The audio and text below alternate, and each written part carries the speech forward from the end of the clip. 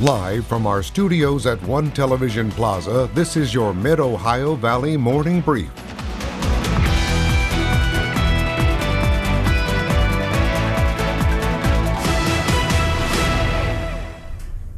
Good morning, Mid-Ohio Valley, and thanks for joining us here today. I'm Emma Grace Myers. And I'm Henry Grof. Hopefully everybody is doing great today as we're almost towards the end of the week now. Yeah, this week has been pretty slow for me. Usually the warm weather makes it go faster, but maybe next week will go faster. yeah, we can cross our fingers. Cross our fingers that next week is going to be quick because it is going to get a lot warmer. Now today, unfortunately, not as nice as yesterday.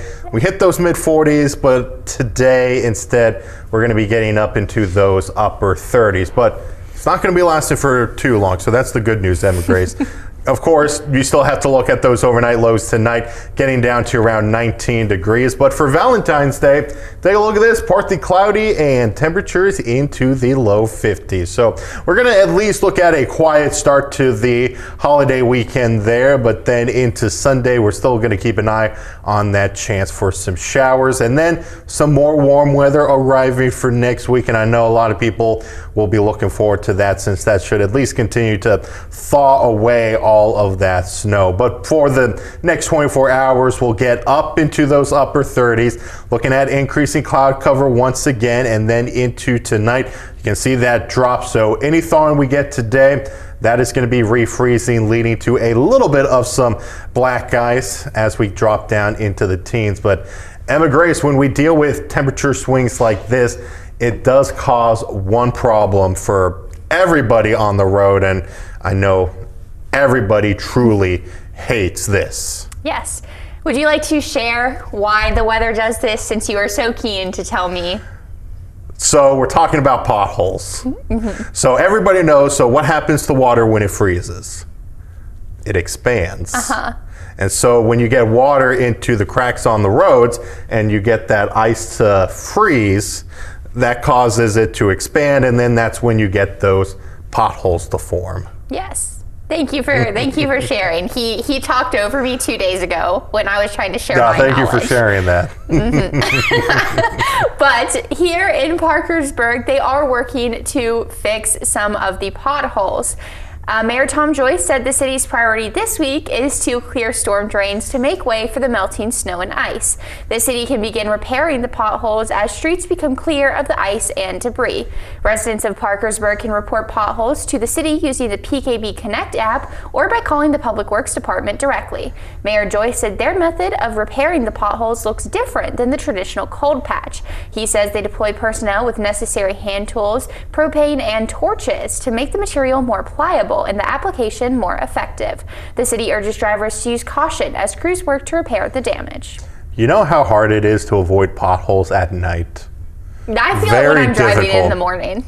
Because it's dark when we come in. It's dark. You can't see those indents in the road. And then the second you see it, then you got to like swerve around it so you don't damage your tires. I just kind of take the L a lot. You're just taking the L, hopefully. I take the L. What happens to my car is just, it is what it is. I don't want to damage the rims on my tires because not only is that going to be an expensive repair, what if they don't sell the same rims right now that's on my car? I don't want anything mismatching. Mix and match. I think that's fun. You know what? If I damage the wheels on my car and I have to get new rims, I'm going to go with the floaters, the one where they don't change, where they're weighted, and then so the tires are moving, but then the wheels look like they're staying the same. Uh-huh. You know the car that I drive, it would look weird. Yeah, I don't even know what you're talking about when you say that. For you can show me later. I don't know what you mean with those kind of rims. Okay. Our director doesn't even know. The spinners. I used the wrong term, spinners. You don't know what spinners are? No. Okay, well, talk about it later. I don't know anything about cars. I learned how to change my oil literally like 3 months ago. Oh, guys. I think we should probably move on now. Yes, but we're going to keep talking about safety, avoid potholes, and stay off icy rivers. Yes, that has been the theme over the past several weeks that we've been dealing with the cold weather. Local emergency officials are still warning people to still stay off frozen rivers after recent incidents raised some safety concerns. Little Hocking Fire Chief Josh Chevalier says that there have been recent reports and evidence of people walking and even driving an ATV on the frozen Little Hocking River. Chevalier says unlike ponds or lakes, rivers have undercurrents and fluctuating water levels that can weaken the ice within hours, making them especially dangerous. He adds that there is little local first responders can do if someone falls through the ice. Once someone goes through, no dive team in this area is certified for ice diving because of the overhead ceiling and the current under ice. So it's really important that we don't have those fall through events because there's not a lot we can do once that happens.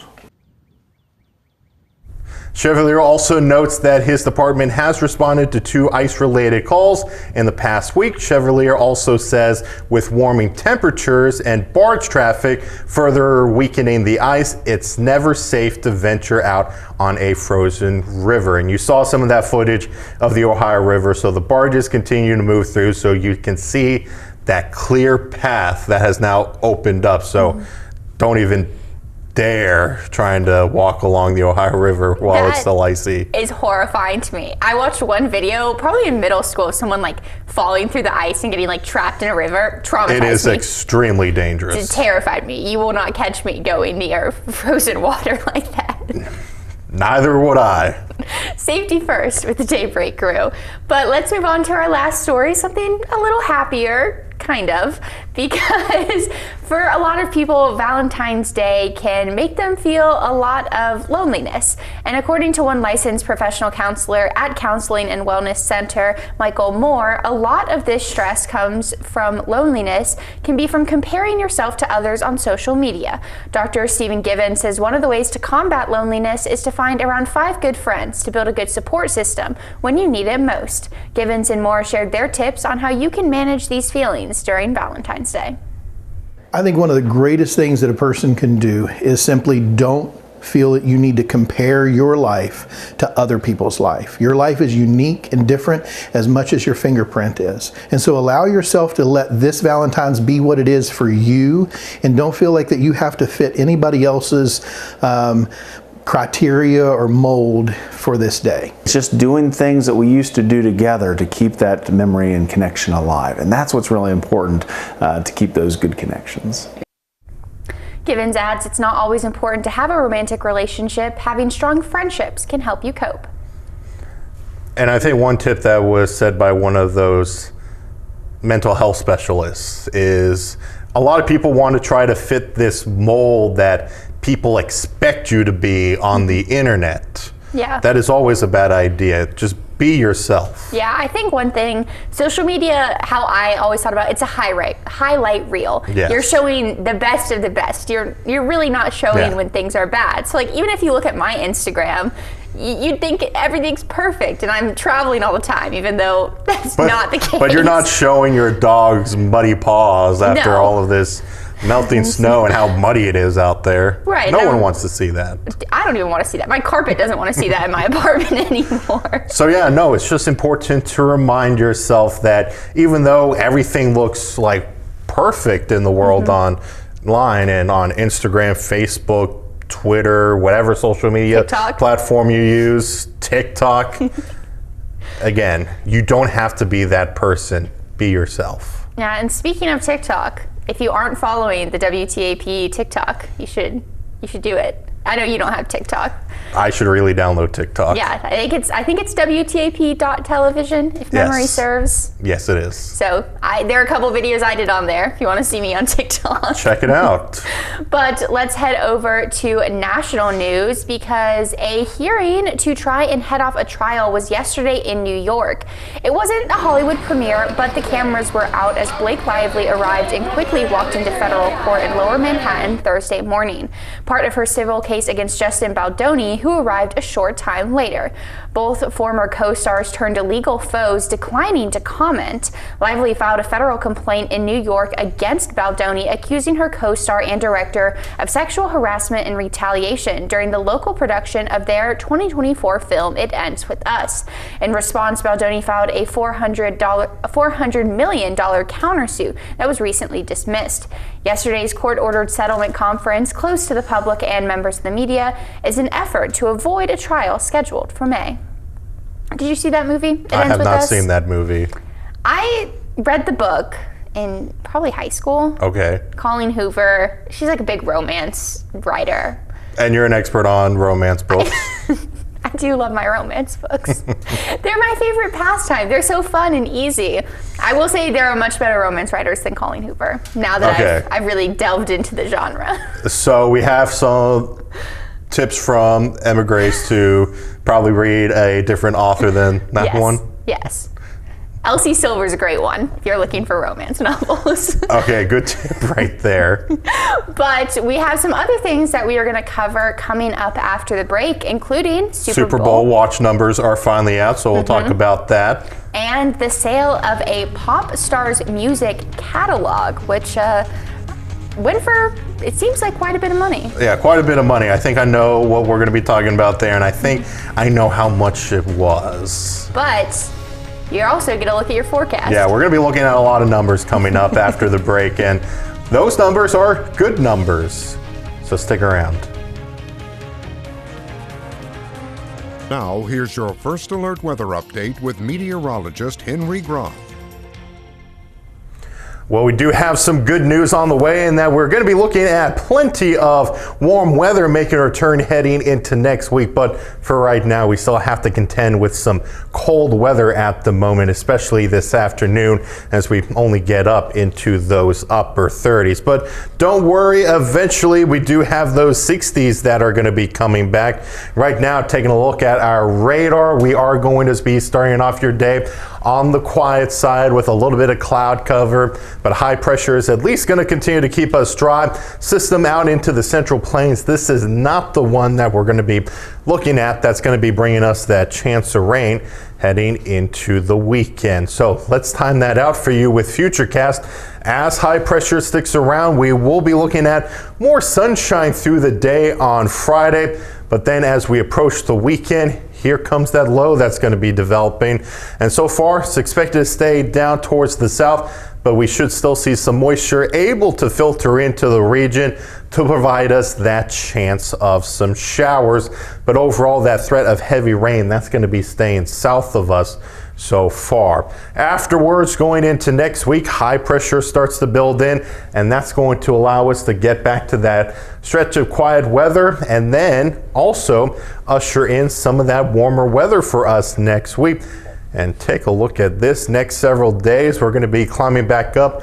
More 50s on the way for Monday, upper 50s into Tuesday, and we may even hit that 60-degree mark into the middle of next weekend. Even beyond that, as we take a look at the longer range models from the Climate Prediction Center, they're still showcasing us in that above average category for that 6 to 10 day outlook and even that 8 to 14 day outlook. So as we move through the second half of February, we may continue to look at those warm temperatures sticking around. But for today, we're just not going to be as warm as the past couple of days. But since we'll still be above that freezing mark, we're still going to be contending with that ice and snow continuing to melt away. But be mindful of that for tonight, as it is going to be refreezing since temperatures are going to be dropping back down into the teens. Going into your Friday, looking at mostly sunny skies. Winds will be on the calm side at most, up to around 5 miles per hour. And looking at that 7-day forecast, Valentine's Day, looking at nice quiet weather there. And then next week after the rain on Sunday, we'll start off in those 50s, looking at partly cloudy skies, but a little bit more cloud cover increasing through the first half of the week. Now, time to take a look at what's trending.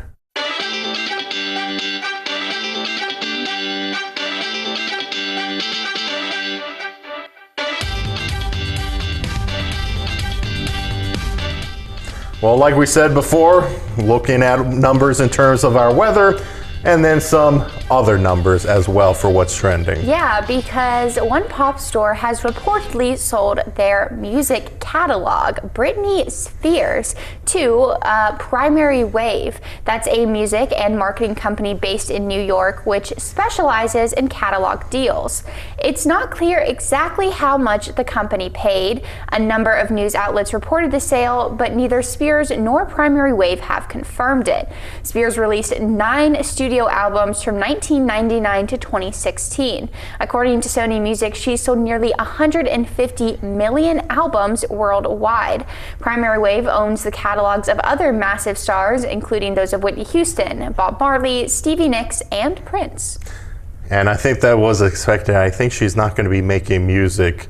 I think she's basically done making music, she's essentially. been done for quite a bit. Yeah, so selling off that catalog is probably the best move for her to do. I do love some Britney Spears, though. Yeah, sad that we're not going to get new music from her, but it's okay. There's still a large catalog to look at. I love Stevie Nicks, too. You know, that just made me think about it. Well, more numbers to go through. So NBC says Sunday's Super Bowl was the most watched program of its century on air. Nielsen's report 124.9 million viewers. That's the second highest rating of any show in U.S. history, behind only last year's Super Bowl on Fox. Viewership for Bad Bunny's halftime show tops the average for both of those games. Nielsen says it garnered more than 128 million watchers. That's compared to a peak of 6 million for Turning Point USA's conservative alternative on YouTube. However, keep in mind Nielsen and YouTube calculate views differently, but now becoming the most watched Super Bowl, I want to just say that was expected. Sure. The Super Bowl numbers continue to increase, and I think it's only going to get higher next year. Did I watch the Super Bowl? No. No, neither. I was asleep. I was asleep as well, because both of us, well, we got to put on that 5:30 a.m. newscast, so we have to get up early, so we need our sleep. What time do you usually go to bed? Usually around a little bit before 7. Okay, yeah, because I'm in earlier, because I'm usually about 5:45, 6. So about We're not that watching time. the Super Bowl. Yeah. Super Bowl's not made for us. But I watched the halftime show the next morning, and I Googled. Did you enjoy it? I did. I haven't watched it yet. I don't listen to a lot of Bad Bunny, but I've heard his music before in college, so yeah, I can respect some fun tunes. But I saw some interesting aspects of it, and one thing that really stood out was the actual wedding that took place. Yeah. That's surprising. That's such a cool story, though. Imagine your parents being like, "Yeah, we got married at the Super Bowl with Bad Bunny." That's so cool. I think that would be an interesting thing to say to their kids. Yeah, I mean, I don't want to get married at the Super Bowl. I don't even like football, but no, I can respect the game. I would rather keep mine private.